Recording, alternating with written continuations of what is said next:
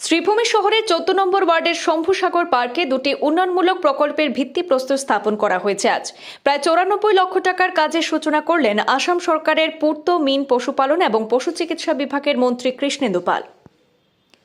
15th অর্থ কমিশনের untied অনুদান থেকে পার্ক সংস্কারের জন্য বরাদ্দ করা হয়েছে 47,14,213 টাকা এবং টাইড অনুদানে পার্ক সংলগ্ন জল সংরক্ষণ পুকুর সংস্কারে ব্যয় ধরা হয়েছে 46,39,858 টাকা।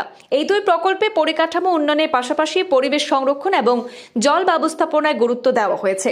সভায় বক্তব্য রাখতে গিয়ে মন্ত্রী কৃষ্ণেন্দু পাল বলেন, মুখ্যমন্ত্রী ডক্টর হিমন্ত বিশ্ব শর্মার নেতৃত্বে রাজ্য জুড়ে উন্নয়নমূলক কাজ এগিয়ে চলেছে এবং এই প্রকল্পগুলি নাগরিক সুবিধা এবং শহরের পরিকাঠামো শক্তিশালী করবে। জেলা বিজেপির প্রাক্তন সভাপতি সুব্রত ভট্টাচার্য জানান, শম্ভুসাগর পার্কের উন্নয়নে পরিবেশ রক্ষা এবং নাগরিক সুবিধা বাড়বে। আজকের অনুষ্ঠানে উপস্থিত ছিলেন জেলা বিজেপির সভাপতি সঞ্জীব বণিক, পৌরপতি রবীন্দ্রচন্দ্র দেব, ওয়ার্ড সদস্য ডক্টর দেবতোষ পাল সহ অন্যান্য জনপ্রতিনিধি এবং শহরবাসী। এই শম্ভুসাগর পার্কে আসতাম, বিকাল বেলাটা এখানে আমরা কাটাতাম এবং শুধু আমরা নয়, শহরের বিভিন্ন প্রান্তের লোক এই পার্কে এসেই আমরা রাত্রে 7টা-8টা অব্দি এখানে আমরা আড্ডা দিতাম।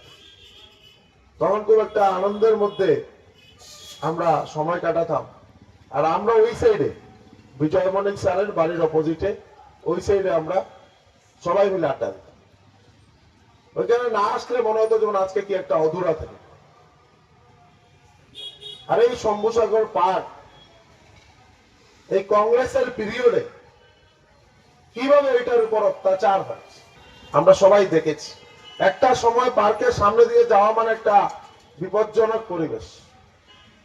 রাত্রে বেলা এই সেক্টরে আসা একটা ভয়ানক অবস্থা, এটা আমরা সবাই অবগত আছি, এগুলো আর বলি না।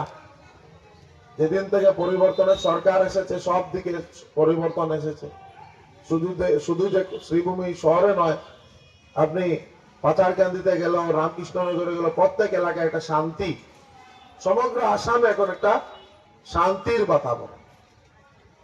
আর যেখানে বিজেপি সরকার থাকবে এখানে শান্তি, সম্প্রীতি, প্রগতি আর উন্নয়নের ছোঁয়া পাবে।